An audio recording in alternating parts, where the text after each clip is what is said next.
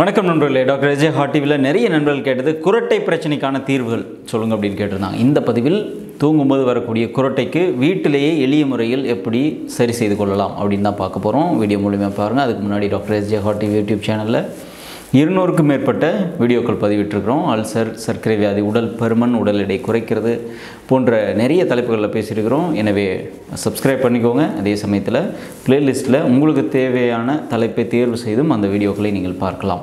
Video முழுமையாக பாருங்கள். குரட்டை பற்றி பார்க்க போகிறோம்.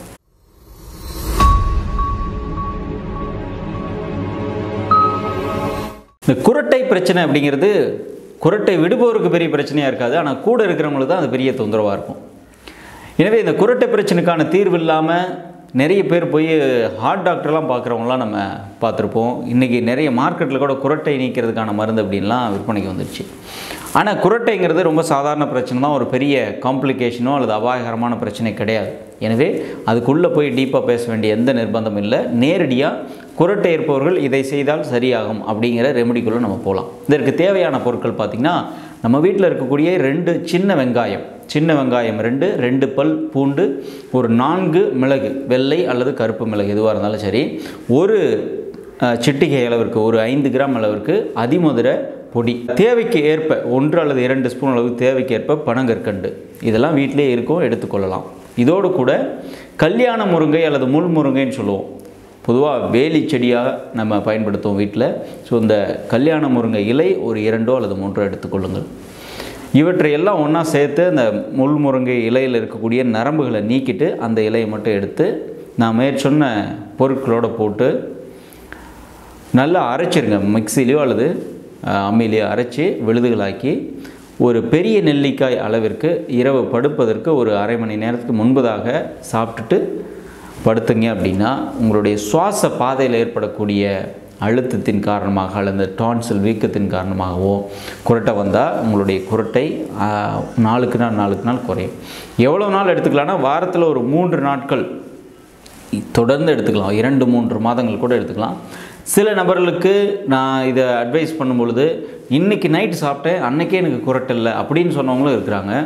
ஒரு வாரம் இருந்தது, ஒரு வாரத்துக்கு பிறகு எனக்கு சரியாயிடுச்சு அப்படின்னு சொன்னவங்களும் இருக்கிறாங்க. ஆனால் இந்த காம்பினேஷனில் எந்த சைடு எஃபெக்டும் எதுவும் கிடையாது. நல்லது தான் இந்த காம்பினேஷன். அதாவது இரவில் சின்ன வெங்காயம், பூண்டு, பெப்பர், அதிமதுரம், பனங்கற்கண்டு, கல்யாண முருங்கை, இவை எல்லாமே நல்ல விஷயத்தை செய்யக்கூடியது தான். எனவே ஒரு 60% இதை நம்பலாம். நீங்கள் குரட்டை இதில் சரியாயிரும் அப்படின்ட்டு. ஒருவேளை குரட்டை இதுலேயும் எனக்கு சரியாகாலும் குரட்டை இருக்குது அப்படின்னாலும் உங்களுக்கு இந்த பொருட்கள்னால எந்த பாதிப்பும் ஏற்படாது.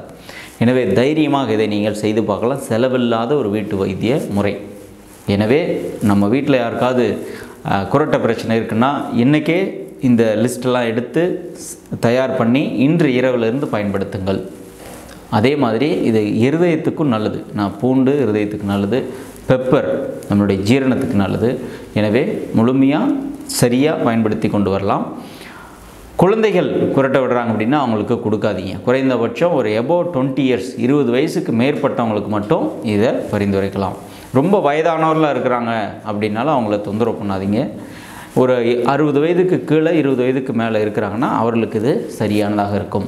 ப்ரெக்னெண்ட்டாக இருந்தால் யூஸ் பண்ண வேண்டாம். லாக்டேஷன் தாய்மார்கள், பாலூட்டும் தாய்மார்கள் அதை பயன்படுத்த வேண்டாம்.